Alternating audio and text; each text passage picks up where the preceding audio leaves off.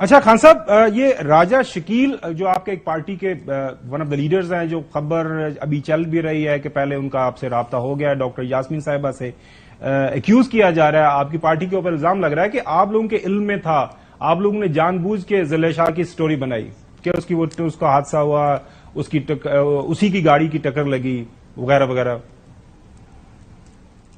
دیکھیں وٹنسز ہیں، 4 وٹنسز اس کے اندر بیٹھے ہیں، تصویریں اس کی آئیں کہ وہ پولیس کی وین میں بیٹھا ہوا ہے. وٹنسز بتا رہے ہیں کہ ان کو اتار کے تو اس کو لے گئے، اور اس کے 2 گھنٹے کے بعد یا 2.5 گھنٹے کے بعد اس کی لاش ملتی ہے. مجھے یہ بتائیں، کوئی راکٹ سائنس ہے اس کے اندر؟ کیا وہ پوسٹ مارٹم کی رپورٹ پڑھی ہے؟ انہوں نے اس کے اوپر پریشر ڈالا، وہ جو ڈاکٹر نے پوسٹ مارٹم کیا اس کے اوپر پریشر ڈالا کہ یہ تم نے رپورٹ کیوں لکھ دی. اس ڈاکٹر کو بھی سلام کرتے ہیں، اس نے ساری چیزیں گنائی. وہ ہو ہی نہیں سکتا تھا ایکسیڈنٹ جو اس بیچارے سے ہوا ہے.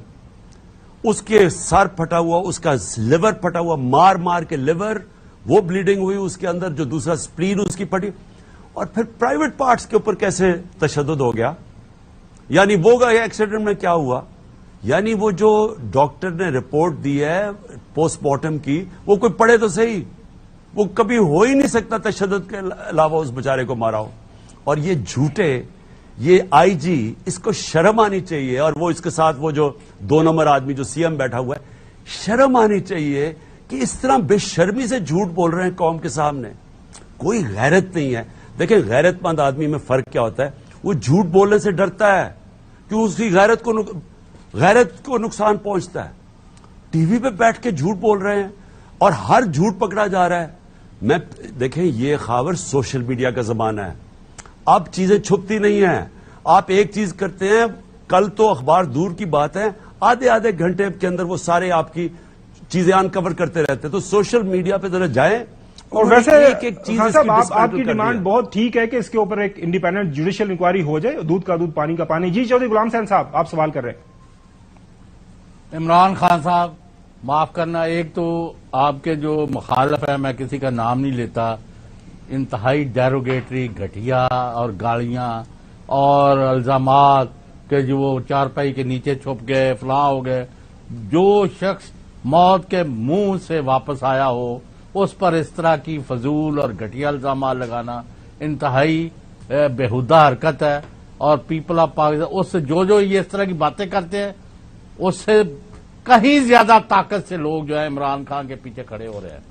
ہیونگ سیڈ دس، آپ پر ہو رہا ہے ظلم، آپ کے بندوں پر ہو رہا ہے ظلم، زیادتی، جبر، وکٹمائزیشن، اور کسی کو نہتے کو مارا جا رہا ہے، کسی کو ٹارچر کیا جا رہا ہے، کسی لیڈر کو نہیں چھوڑا جا رہا، کسی خاتون کو نہیں چھوڑا جاتا، کسی بچے کو نہیں. They are after you and they want to finish P T I. And even if وہ کہتے ہیں جی ہم تو آخر تک جائیں گے، ہمیں خان صاحب کو آنے نہیں دینا. آپ کی کیا اسٹریٹجی ہے؟ ہمیں پتا ہے کہ چیف جسٹس پاکستان عمر عطا بندیال اور ان کے فیلو ججز اور جوڈیشری پاکستان کو آئین اور قانون کے تحت چلانا چاہتے ہیں. تو پھر آپ نے ابھی تک آپ 100 کیس پورے ہونے کا انتظار کر رہے ہیں، آپ عدالتوں کا رخ نہیں کرتے، آپ کے پاس جید وکیل ہے، آپ کیوں نہیں ریلیف لیتے؟ کیوں نہیں ایک سنگل جج بھی کہہ دیتا ہے کہ بھئی آج کے بعد کوئی ایف آئی آر نہیں ہوگی اور جھوٹی ایف آئی آر کینسل کریں؟ تو آپ کس چیز کا انتظار کر رہے ہیں؟ Why do not you proceed again? اور آپ کا پلان کیا ہے؟ لیٹ دی پیپل نو. دیکھیے غلام حسین صاحب، اس میں تو کوئی شک نہیں کہ ایک ایسا خوف کا نظام بن گیا. میں نے تو اپنی زندگی میں ایسا دیکھا ہی نہیں ہے. کہتے ہیں کہ پیپلز پارٹی سے ضیاء الحق کے دوران زمانے میں ایسا ہوا تھا. مجھے اتنے لوگ میں ملا نہیں ہوں. ایوب خان کا دور بھی سنا تھا، بڑا سخت تھا مخالفین کے لیے، لیکن میں نے ایسی کوئی سٹوری سنی نہیں. مجھے یاد ہے میرے والد صاحب اس وقت ان کے بھائی ایوب خان کے خلاف، امان اللہ خان نیازی ان کے خلاف فاطمہ جناح کے ساتھ تھے. تو مجھے یاد ہے ہمارے گھروں کے باہر کوئی سی آئی ڈی کھڑا ہوتا تھا، ہمیں تو یہی یاد ہے. لیکن مجھے جو میں نے دیکھا ہے جب سے ہماری حکومت ہٹائی ہے، میں نے ایسا ظلم نہیں دیکھا پاکستان میں سیاسی ورکرز کے اوپر. اب ہمارے دور 3.5 سال تھے، میں نے مجھے ذرا بتائیں کہ ان کی پارٹی کوئی کارکن کسی سے کچھ ہوا؟ 3 لانگ مارچز کیے، کبھی کسی کے اوپر FIR کاٹی۔ مریم نے جا کے جس کیس میں بچ ہی نہیں سکتی تھی، جا کے وہاں نیب کے اوپر پتھراؤ کر دیا، نظر آ رہا ہے کہ پتھر رکھے ہوئے تھے، یعنی ان کو کچھ بھی نہیں ہوا۔ آرمی چیف کو برا بھلا کہہ رہی ہے اور اس کا باپ ISI چیف کو برا بھلا کہہ رہی ہے۔ اب ججز کو نام لے کے جو میٹر سب جوڈس ہے ان کو برا بھلا کہہ رہی ہے، ان کو کوئی پوچھتا نہیں ہے۔ خواجہ آصف وہی بات کہہ رہا ہے جس شہباز گل کو ننگا کر کے تشدد کیا، جو آج خواجہ آصف کہہ رہا ہے کہ جی نچلے پولیس والوں کو اوپر کے کمانڈ نہیں سننے چاہیے، ان لافل کمانڈ، وہی بیچارے نے وہ کہا تھا۔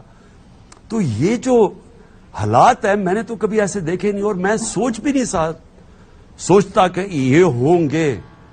جس طرح میرے پر اب تقریباً 80 کیسز کر دیے انہوں نے، قتل کا، دہشت گردی کا، توہین مذہب کا، اس کے بعد غداری کا، یعنی ہر قسم کا کیس، ہر دوسرے دن کوئی نیا کیس ہے۔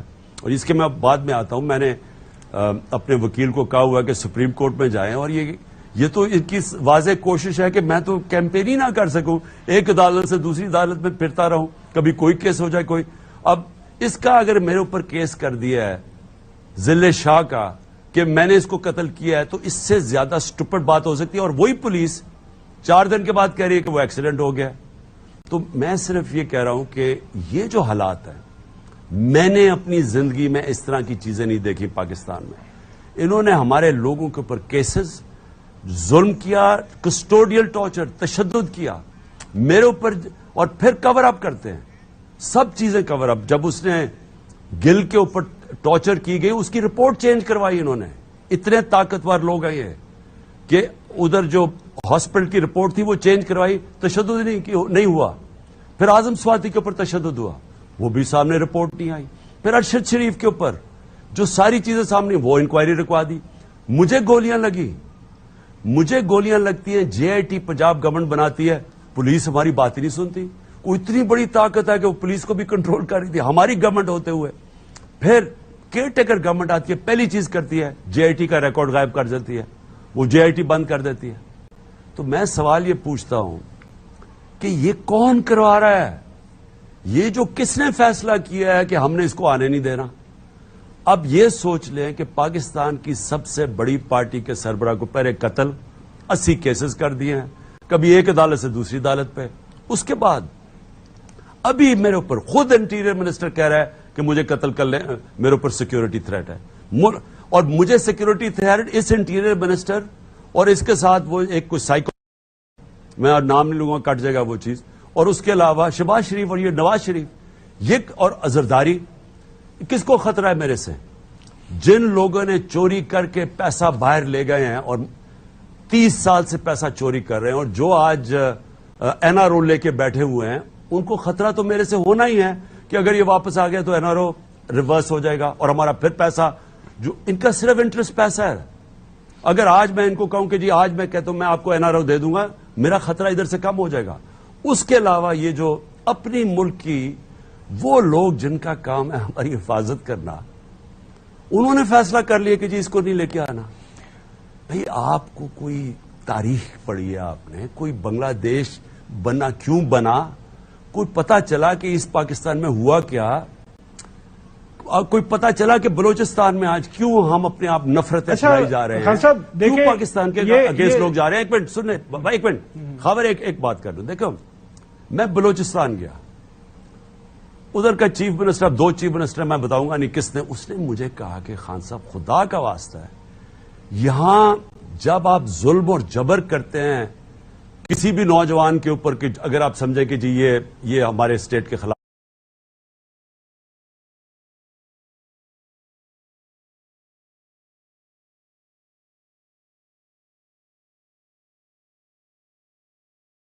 ہے، وہ جب واپس جاتا ہے وہ سارا گاؤں کا گاؤں خلاف ہو جاتا ہے پاکستان کے۔ کیوں نہیں ہمیں سمجھ آتی کہ سیاسی لوگ سیٹلمنٹس کرتے ہیں؟ یہ آپ سب سے بڑی پارٹی کو اگر ختم کروا رہے ہیں اور لائٹ ڈال دی عمران خان کے اوپر، تو ملک کو اکٹھا کون رکھے گا؟ کبھی کو اکٹھا رکھتی ہے کیا اس پاکستان کو اکٹھا رکھ چکے؟ ان کی سب سے بڑی پارٹی کو جب آپ نے ختم دوار سے لگایا تو آخر میں کیا ہوا؟ ملک تو نہیں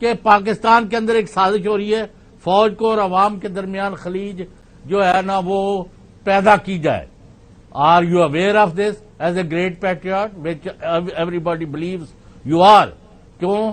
اور اگر آپ کو ہن تانوں کی مروڑ اٹھ رہا ہے کہ باجوی نے کی کیا دفاع کرو، تہاڈی ساری قوم تہاڈے نال ہے، اپنی الیکشن لڑو اور مخالفت کا مقابلہ کرو. اچھا دیکھیں غلام حسین صاحب، دیکھیں میں آپ کو بتاؤں، ہر وہ آدمی اس ملک کا پیٹریوٹ ہے جس کا جینا مرنا پاکستان میں. اگر میں نے بھی ان کی طرح اپنے یہاں سے پیسے چوری کر کے اور بڑے میرے ڈالرز پڑے ہوتے، بڑی بڑی پراپرٹیز باہر پڑی ہوتی، تو مجھے بھی اتنی فکر نہیں ہونی تھی پاکستان کی. میں سارا 20 سال کمائی کر کے ایک میرا پیسہ آج باہر نہیں ہے، سب کچھ بیچ کے میرا پاکستان ہے. وہ کیوں میں شروع سے میرا فیصلہ تھا کہ میرا زندگی پاکستان. میں کبھی حالانکہ شادی بیواہ یہ سب کچھ ہوا، بچے دوستیاں، لیکن میرے ذہن میں یہ کبھی نہیں تھا کہ میں پاکستان کے علاوہ کہیں رہ سکتا ہوں. اس لیے پیسہ جیسی کرکٹ ختم کی، موقع ملا، اپنا سارا کچھ بیچ بوجھ کے پاکستان آ گیا. اسی طرح میری طرح کے بہت اور لوگ ہیں، عوام ہے پاکستان کی، جنہوں نے باہر نہیں جانا، جو پیسہ چوری کر کے باہر نہیں بھیج رہے. ان ساروں کو فکر پڑی ہوئی آج پاکستان کی. اب اگر ہماری طرح کے لوگ جن کا جینا مرنا یا اور جو غیرت مند لوگ ایک آزاد ملک میں رہنا چاہتے ہیں، میں کسی کی غلامی آج تک نہ قبول کی نہ کر سکتا ہوں، میں ایک آزاد آدمی ہوں. اور پھر سے میں کہتا ہوں کہ لا الہ الا اللہ کا مطلب انسان آزاد ہے. اس کا گہرائی میں جائے تو آپ کو اس کا مطلب سمجھ آئے گا، فلسفہ ہے پورا. میں کبھی کسی کی طرح غلامی میں رہ نہیں سکتا، مجھے موت پسند ہے، میں غلام نہیں بن سکتا کسی کا. اب اگر میں آزاد رہنا چاہتا ہوں تو کیا میرا یہ انٹرسٹ ہے کہ پاکستان کی فوج مضبوط ہو؟ کیونکہ اگر پاکستان کی فوج مضبوط نہیں ہوگی تو دیکھ لیں مسلمان ملکوں میں کس مسلمان ملک کی آج تباہی ہوئی ہے، کیونکہ وہ اپنی حفاظت نہیں کر سکے. تو اگر ہمارا یہ مقصد ہے، ہم کیوں لڑائی کریں گے فوج سے؟ ہم جب کسی چیز سے اختلاف کرتے ہیں، اس کا یہ نہیں مطلب کہ آپ کسی ادارے کے خلاف ہیں. میں اگر عدالت اپنی عدلیہ سے اختلاف کرتا ہوں، اس کا یہ نہیں مطلب کہ مجھے صرف نظر آ رہی ہے کہ میری عدلیہ بچا سکتی ہے ملک کو اس تباہی سے جدھر آپ نکل چکے ہیں. اس وقت جو پالیسی بنی ہوئی ہے ہمارے ان لوگوں کی جن کو فکر کرنی چاہیے آج پاکستان کی، کیونکہ اگر ملک کا جس طرح دیوالیہ نکلتا جا رہا ہے اور یہ کہہ رہے ہیں کہ جی ہم اکانومی ٹھیک کرنا چاہتے ہیں، میں اللہ کے سامنے گواہی دیتا ہوں کہ اگر میرا خیال ہوتا نا کہ یہ اکانومی ہمارے سے بہتر چلا سکتے ہیں، میں چپ کر کے الیکشن کی انتظار کرتا. مجھے نظر آ رہا تھا، میری سٹیٹمنٹس پڑھنے 7 مہینے پہلے میں نے کہا یہ ملک کو ڈیفالٹ کی طرف لے کے جا رہے ہیں، میرے اوپر کہا غداری کا چارج کر دو. مجھے نظر آ رہا تھا کہ جنہوں نے ساری زندگی ملک کو تباہ کر کے مقروض کر کے اور اپنے پیسے باہر لے گئے ہیں، وہ ملک کو کیسے ٹھیک کر سکتے ہیں. میں تب سے کہہ رہا تھا. اب اگر یہ کہتے ہیں کہ ملک یہ ٹھیک کر سکتے ہیں تو کوئی پتہ نہیں کون سی دنیا میں رہ رہا ہے، ملک مزید تباہی کی طرف جا رہا ہے. میں یہ کہہ رہا ہوں کہ وہ لوگ جن کو فکر کرنی چاہیے، جس وقت آپ کی اکانومی کولیپس کی سب سے پہلی چیز آپ کی نیشنل سیکیورٹی کولیپس کرتی ہے، جو سوویت یونین سے ہوا، تو ہم ملک دشمن نہیں ہیں، ہمیں فکر پڑی ہوئی ہے اپنے ملک کے ان چوروں کے ہاتھوں پہ. اور میں ایک ہی چیز کہہ رہا ہوں اور میں آج چیلنج کرتا ہوں جس کو پاکستان کی آج پرواہ ہے، سوائے فری اینڈ فیئر الیکشن کے مجھے کوئی راستہ بتا دے کہ ملک اس دلدل سے نکل سکتا ہے. الیکشن کمیشن نے خاص طور پر 2-3 میٹنگز کی ہیں، آپ نے اخبارات کے اندر خبریں پڑھی بھی ہوں گی، جو سیکورٹی کی ایجنسیز ہیں وہ کہہ رہے ہیں کہ حالات اچھے نہیں ہیں، الیکشن نہیں ہو سکتے. فائنانس منسٹری کا بھی جواب وہ پہلے بھی دے چکے ہیں، معاشی حالت بری ہے، الیکشن نہیں ہو سکتے. تو لگ ایسے رہا ہے سوائے عمران خان اور پاکستان تحریک انصاف کے کوئی بندہ الیکشن کے اندر انٹرسٹڈ نہیں ہے. سپریم کورٹ کا حکم آ چکا ہوا ہے، تو حالات کس طرف آپ جاتے ہوئے دیکھ رہے ہیں؟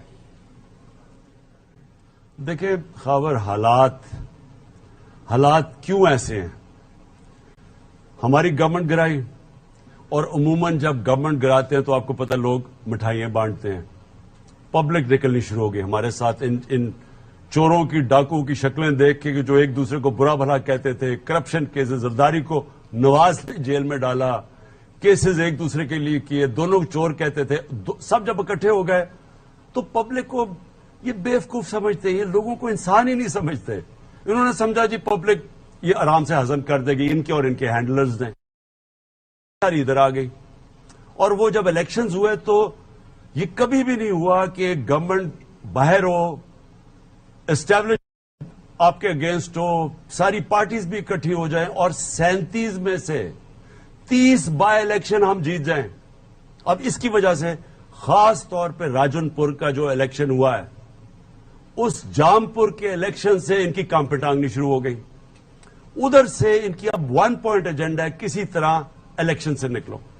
اب انہوں نے کیا ہمیں پرمیشن دے کے ہماری ریلی کے اوپر جو انہوں نے اٹیک کیا، میں آپ کو بتا رہا ہوں کہ میں اگر نہ روکتا، میں 3 بجے کا ٹائم تھا ریلی کا، میں نے 5 بجے ریلی روک دی. کیوں نہ اس لیے روکی کہ مجھے نظر آ رہا تھا یہ اشتعال دے رہے تھے لوگوں کو، اور ہونا کیا تھا، وہاں لڑائی ہو جانی تھی اور یہ لاشیں گرانا چاہتے تھے.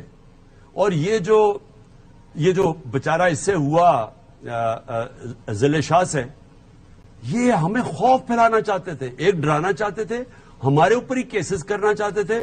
شام کو انہوں نے مجھے رات کو پلان بنایا ہوا تھا یا اندھیرا کر دیا تھا، مجھے اٹھا کے بلوچستان لے کے جانا تھا اور پھر ہمارے اور لوگوں کے کیسز کر کے انہوں نے اگر الیکشن کروانا تھا تو ہم سب کو باہر کر کے الیکشن کروانا تھا. یہ پلان بنا ہوا تھا ان کو. اس کے بعد آج ہم نے ریلی کرنی تھی. اب الیکشن کیمپین اناؤنس ہوئی ہے. یہ کبھی سنا ہے آپ نے کہ 45 دن رہ گئے الیکشن، کیا ہم الیکشن کیمپین کے لیے نکل رہے ہیں؟ صبح ایک دم فیصلہ کیا جی وہ سیکشن لگا دیا 144. سارے لاہور میں ایکٹیویٹی ہو رہی ہے، پی ایس ایل ہو رہا ہے، لوگ جمع ہو رہے ہیں، 3-4 فیسٹیولز ہو رہے ہیں، کوئی ریس ہو رہی، پی ٹی آئی کے ہماری ریلی کے اوپر سیکشن 144، اور ساری جگہ سے پولیس آ گئی، رینجرز آ گئے جس طرح ہم کوئی دہشت گرد ہیں. اب لوگ آج بہت زیادہ جمع تھے. آج جتنی پبلک تھی مجھے خوف آنا شروع ہو گیا کہ اگر ہم اب نکلیں گے یا خون خراب ہو رہا ہے. اور تھوڑے پولیس بھی ہماری ہے، وہ پولیس والے سارے ان کے ساتھ نہیں ہیں، اوپر سے مجرم پیشہ لوگوں کو وردیوں میں یہ اٹھا کے لے کے آئے. یہ شہباز شریف کے خاص لوگ ہیں جن کے ظلم کرتے ہیں لوگوں کے ذریعے، اور ان کی شکلیں سب یاد رکھ لیں، یہ جو آئی جی ہے اور یہ جو باقی ہیں، یہ چند لوگ ہیں. باقی پولیس اندر سے سارے ان کو گالیاں نکال رہی ہے. ان کو آ کے، اور اتنی زیادہ تعداد تھی اور آج لوگ اشتعال میں تھے.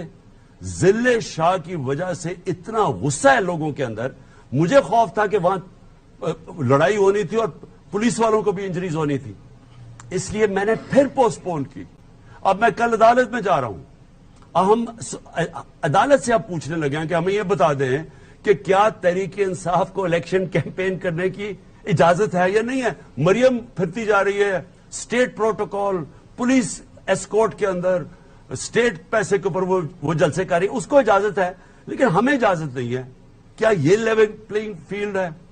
اور دوسری چیز، انہوں نے کیا تیاری کی ہوئی ہے، جو سب سے خطرناک تیاری ہے، عدلیہ، اور ہم عدلیہ کے پاس جا رہے ہیں کہ عدلیہ ہمیں آروز عدلیہ کے چاہیے. یہ کیا کر رہے ہیں؟ پہلے آپ نے دیکھ لیا کہ یہ کتنے غیر جانبدار ہیں، یہ جو لوگ پولیس والے اور یہ جو ساری انہوں نے ایڈمنسٹریشن لے کے آئے ہیں. اب ان کے اندر سے آروز چوز کیے ہیں، چن کے وہ لوگ لے کے آئے ہیں جو نون لیگ کے خاص طور پہ ان کے خاص غلام ہیں. اب ان سے الیکشنز کروائیں گے. یہ بہت بڑا دھاندلی کا پلان بنا ہوا ہے، کیونکہ یہ ڈرے ہوئے ہیں کہ پہلی دھاندلی کے باوجود ہم جیت گئے. اب ان کا اگلا پلان بن گیا ہے کہ ان کے ساتھ پوری طرح بیٹھ کے، نون لیگ کے ساتھ مل کے اب یہ وہ الیکشن لڑائیں گے. یہ یاد رکھیں کہ یہ ساری سوچ وہ لندن میں بیٹھا ہوا نواز شریف کی ہے، جو جمخانہ میں جب کرکٹ میچ کھیلتا تھا تو اپنے امپائر کھڑے کر کے کھیلتا تھا. ان سے کبھی ایمانداری سے آج تک کوئی چیز نہیں. بزنس بھی سارا فراڈ، منی لانڈرنگ سے پیسہ، لندن کے فلیٹ بھی چوری کے پیسے سے. کبھی انہوں نے ایمانداری سے آج تک کچھ نہیں کیا. اب یہ الیکشن کی بھی وہی تیاری ہو رہی ہے. جی صاحب. عمران خان صاحب، وہ ہمارے دوست یہ کہتے ہیں کہ عمران خان سے آپ گڈی گڈی باتیں کر کے چلے جاتے ہیں، آپ کو خبریں نہیں دیتے، اور بعض جگہ پر وہ دوسروں کو سویپنگ سٹیٹمنٹس اور لاٹ آف انفارمیشن اور نیوز شیئر کرتے ہیں. تو ہم نے کہا پھر آج آپ سے دوستانہ میچ نہیں، صحافیانہ گفتگو کی جائے. آپ مجھے 3 چیزوں کا سوالوں کا جواب ڈائریکٹلی دے دیں. نمبر 1، جب آپ کو کچھ حلقوں سے کہا گیا کہ آپ راولپنڈی اسلام آباد میں 29 نومبر سے پہلے 25-26 یا جو بھی آپ دیکھ لیں ڈیٹ کو تو آپ کو پتا ہے، تو آپ وہاں لاکھوں بندوں کے ساتھ آ گئے تھے. آپ تصادم کو انوائٹ کریں، وہاں خون خرابہ ہو، مارا ماری ہو، لاشیں گریں اور سٹیٹس کو کی قوتیں جو ہے وہ کنٹینیو کریں. میں کسی کا نام نہیں لے رہا، میں آپ سے ڈائریکٹلی پوچھ رہا، آپ نے اس پلان کا، اس سازش کا حصہ بننے سے انکار کیا اور موجودہ آرمی چیف قاسم منیر جو ہیں ان کی نامینیشن ہوئی اور آپ نے اس میں کوئی رکاوٹ نہیں ڈالی، حالانکہ آپ کے پاس آپشن موجود تھی. صدر صاحب نے آپ سے مشورہ کیا تو آپ نے ودن آرس ان کو کہا کہ بھئی جو آپ مناسب سمجھیں کریں. تو پھر آپ نے اب ہن پچھتاؤن دی کی ضرورت ہے جدوں چڑیاں چوگیاں کھیت. اور اب یہ کچھ لوگ جو ہے صحافی جو ایک گروہ بنا ہوا میں ہے جواب دے دوں. وہ ایک کہتے منٹ. ہیں غلام کہ حسین، میں اس کا جواب وہ تو دوں. پھر نہیں اسی میں وہ کہتے ہیں جی موجودہ آرمی چیف جو عمران خان سے نفرت کر. بھائی تمہیں کس معاف کرنا، میں ہوں کی کماتا ہوں. جی خان صاحب. میں دیکھیں غلام حسین صاحب، میں نے اپنی ساری جو گیم کھیلی ہے نا 26 سال میں، وہ آئین اور قانون کے بیچ میں کھیلی ہے. میں نے ہمیشہ کوشش کی ہے کہ میری کوئی پالیٹکس سے میری قوم کو نقصان نہ پہنچے، اور میں نے ہمیشہ کوشش کی ہے کہ انتشار سے میں اپنے ملک کو بچاؤں. یہ نا 26 کو اتنی بڑی تعداد سے ہم اسلام آباد تھے، ہم سیدھا پنڈی تھے، ہم اسلام آباد چل پڑتے تو وہاں تو تباہی مچ جانی تھی، کیونکہ انہوں نے کیا تھا ہمارے ساتھ. انہوں نے 3 لانگ مارچز کی تھی، ہم نہیں گئے کیونکہ مجھے پتا تھا وہاں مشکل ہونا. 25 مئی کو جب انہوں نے ہمیں مارا، 26 مئی کو میں نے کال آف کر دیا اپنا دھرنا، کیونکہ مجھے پتا تھا انتشار ہے.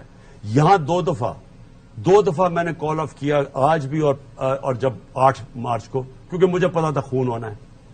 میں نے جب ہمیں یہ آرمی چیف کا ایشو آیا تو میں نے ایک چیز کہی، میں نے کہا جو بھی آرمی چیف بناؤ میرٹ پہ بناؤ، میں کوئی انٹرفیرنس نہیں کروں گا، کیونکہ میرا کیا کام ہے کہ یہ جو میرٹ پہ آتا ہے اسے بنا دو.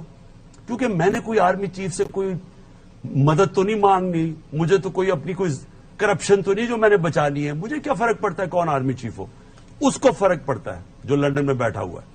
وہ ہمیشہ اپنے لوگ رکھتا ہے.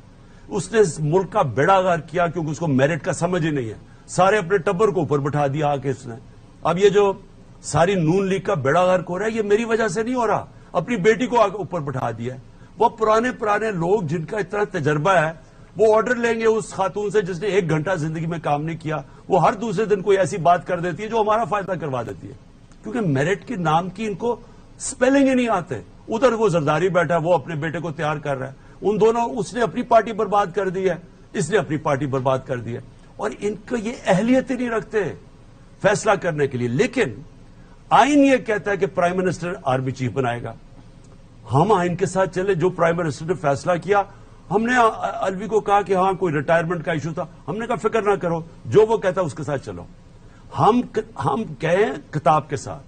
مجھے صرف یہ میں چاہتا ہوں کہ دیکھیں اس وقت پاکستان کا مسئلہ ہے. میں یہ بھول جائے عمران خان کا مسئلہ کہ یہ عمران پہ کاٹا ڈال دیا. مسئلہ پاکستان کا ہے.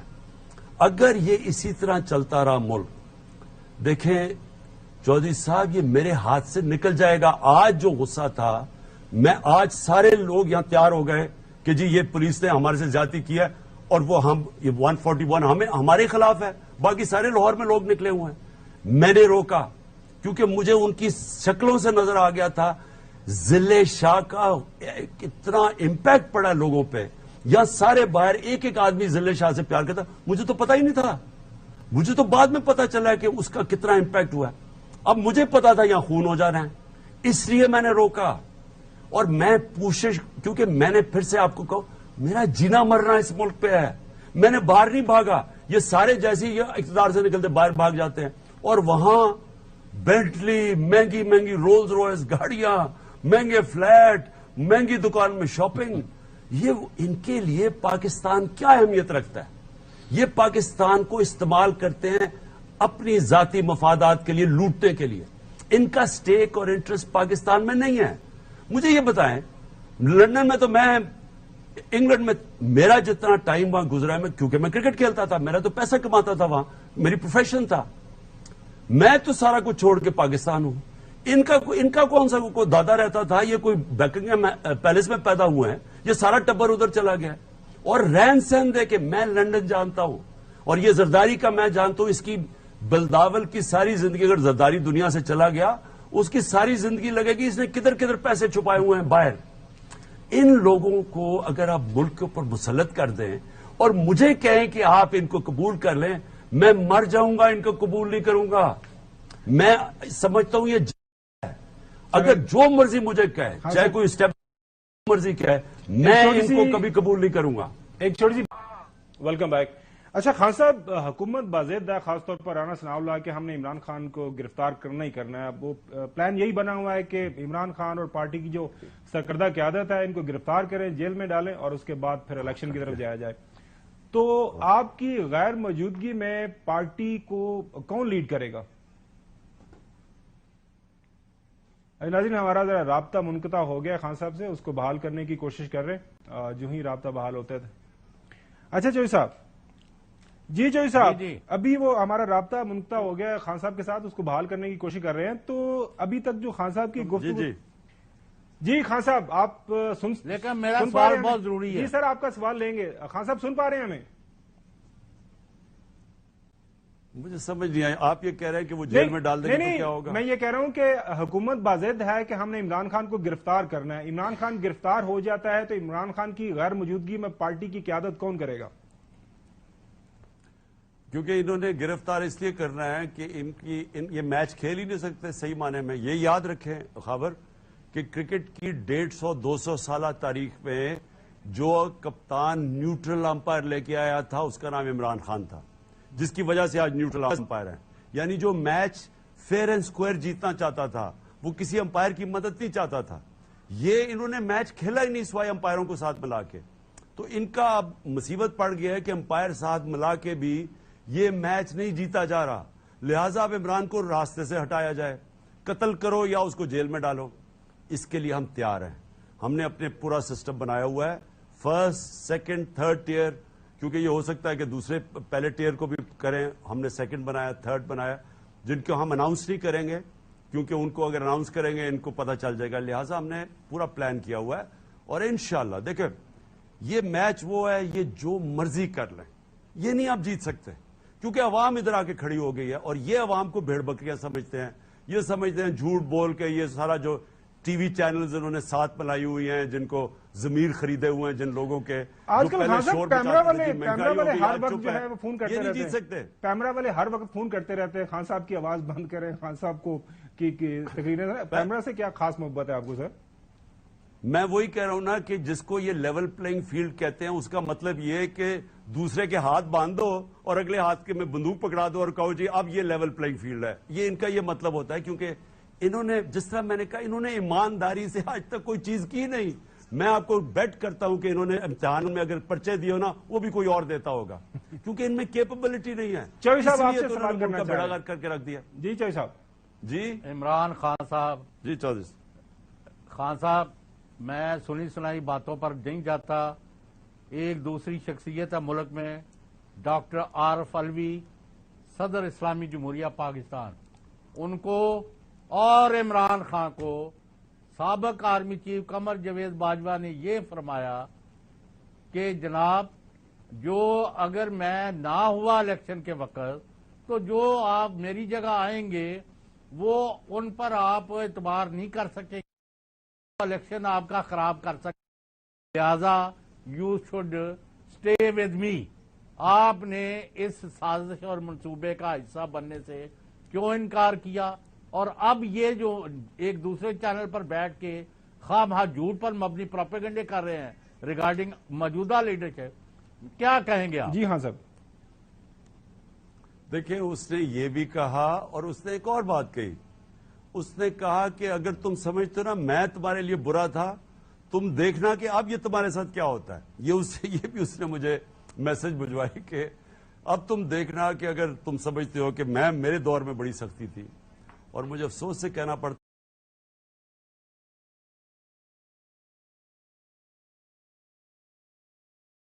ابھی تک تو وہ ٹھیک کہہ رہا تھا. اللہ کرے کہ حکمت آ جائے, عقل آ جائے, ملک کی کوئی سوچ آ جائے. اچھا لیکن دیکھیں جی جی جی جی جی کنٹینیو کریں. ہاں سر مجھے اچھا دیکھیں میں آپ کو بات دیکھیں اس وقت آپ کی چینل کے تھرو میں سارے پاکستانیوں سے بات کر رہا ہوں. دیکھیں میں پھر سے کہتا ہوں اس طرح آ کے کھڑے ہو گئے ہیں یا ادھر ہے یا ادھر ہے. ایک تباہی کا راستہ ہے اور ادھر ہم بڑی تیزی سے ہمیں لے کے جایا جا رہا ہے اور اس میں صرف ذاتی مفادات کے لیے ہم وہاں اس راستے پہ نکلے ہوئے ہیں. تھوڑے سے لوگوں کے ذاتی مفادات ہیں. کوئی کرپشن سے ڈرا ہوا ہے, اربوں ڈالر چوری کر کے باہر پڑے ہوئے ہیں, اب وہ محفوظ ہو جائے. عمران خان خطرہ ہے اس سے. یہ زرداری اور شریف خاندان کا تو یہ خوف ہے. دوسری طرف مجھے نہیں پتا کیا خوف ہے کہ پتہ نہیں, مجھے ابھی تک سمجھ ہی نہیں آئی کہ ہم ہمیشہ یہ سمجھتے تھے کہ میں تو یہ سمجھتا تھا کہ یہ دو تو کرپٹ لوگ ہیں. میں جنرل باجوہ کو ساری باتیں مانتا تھا. یہ یاد رکھے اس نے میرے سے غداری کی. میں نے ایک دفعہ ہر بات اس کی 9 اپریل تک میں سمجھتا رہا کہ شاید یہ اس کو ڈاؤٹ دیتا رہا کہ یہ جو یہ کہہ رہا ہے یہ سچ ہے. 9 اپریل کی رات کو پتا چلا کہ یہ سارا وقت ہمیں دھوکہ دیا جا رہا. مجھے دھوکہ دیا گیا. میں نے کبھی دھوکہ نہیں دیا. مجھے 3 دفعہ پتا چلا جی میں اس کو ڈی نوٹیفائی کرنے لگا ہوں, جنرل باجوہ کو ہٹانے لگا ہوں. یاد نہیں وہ گاڑیاں گوڑیاں آ گئی تھی پریزن بھی اور وہ عدالتیں بھی کھل گئی تھی. میں نے کبھی نہیں کیا. میں نے کبھی نہیں سوچا. میں نے کہا دیکھو فوج ایک ادارہ ہے جو انٹیکٹ ہے, میں کبھی اس میں انٹرفیئر نہ کروں کیونکہ اس کو نقصان نہ پہنچے. مجھے کہا گیا کہ جناب آپ جنرل فیض حمید کو بنانا چاہتے ہیں آرمی چیف. میں نے کبھی نہیں سوچا. مجھے کہا گیا کہ یہ بڑا قابل آدمی ہے. میں تو ISI چیف سوچ رہا تھا کیونکہ جو افغانستان میں انتشار تھا, جو TTP کا مسئلہ آنا تھا, میں چاہ رہا تھا کہ جس کو پہلے ایکسپیرینس ہے وہی رہے تاکہ یہ ٹرانزیشن ٹھیک ہو جائے. اور میں نے کہتا گیا جنرل باجوہ کو, میرا کبھی نہیں تھا کہ کون آرمی چیف بنے گا. میرے خلاف سازش کر کے میرے خلاف باقی لوگوں کو اکسایا گیا کہ یہ اپنا آرمی چیف رکھنا چاہتا ہے. مجھے کوئی اپنے آرمی چیف کی ضرورت نہیں. میں ساری زندگی میرٹ فالو کیا. میری گورنمنٹ دیکھ لیں. میں آپ کو چیلنج کرتا ہوں, کیا عمران خان کو رشتہ دار کسی کو ڈالا, کوئی دوست ڈالا, جو ان کی گورنمنٹس دیکھ لیں. میں پوری کوشش کرتا ہوں میرٹ کی. میں 10 سال کرکٹ کیپٹن تھا. میری پلیئر سے پوچھے, ہمیشہ میرٹ پہ چلا ہوں. شوکت خان ہم دیکھ لیں, آج اتنا انٹرنیشنل لیول کا ادارہ ہے کیونکہ میرٹ ہے وہاں. یہ جو لوگ میرے خلاف پروپیگنڈا کرتے تھے اور یہ بار بار لوگوں کو میرے خلاف فوج میں اکساتے تھے, یہ اپنے مقاصد تھے. کوئی ایکسٹینشن کے چکر میں تھا. گیم اپنی کھیل رہے تھے. مجھے استعمال کیا جا رہا تھا. اور یہ جو نون لیگ ہے, ان کی پوری کوشش ہے کہ کسی طرح فوج کے ادارے اور تحریک انصاف کے. اچھا خان صاحب, آپ کی آج امریکی کانگریس مین سے بات ہوئی ہے اور آج ایک امریکی کانگریس مین سے بات ہوئی ہے, اور اسی بات کو آگے بڑھاتے ہوئے کیا جو ہے موجودہ اسٹیبلشمنٹ کے ساتھ بھی کوئی آئس بریک ہونے کے چانسز ہیں, کوئی رابطے بحال ہونے کی؟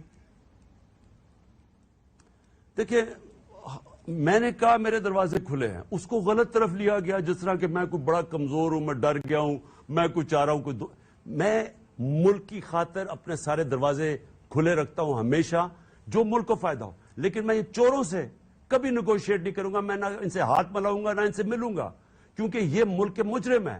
اور اگر میں ان کو مجرموں کو ملتا ہوں تو جو اللہ کا حکم ہے امر بالمعروف, اچھائی کے ساتھ کھڑے اور بدی کے خلاف بولو.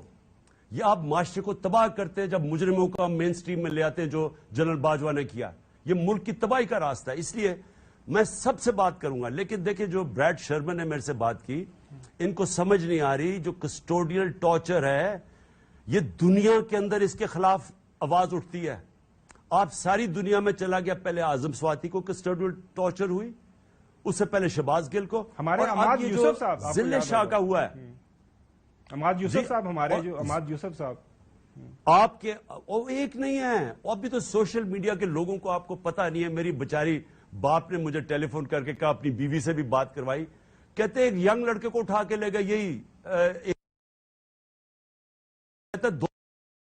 ابھی تک بچہ ٹھیک نہیں ہے.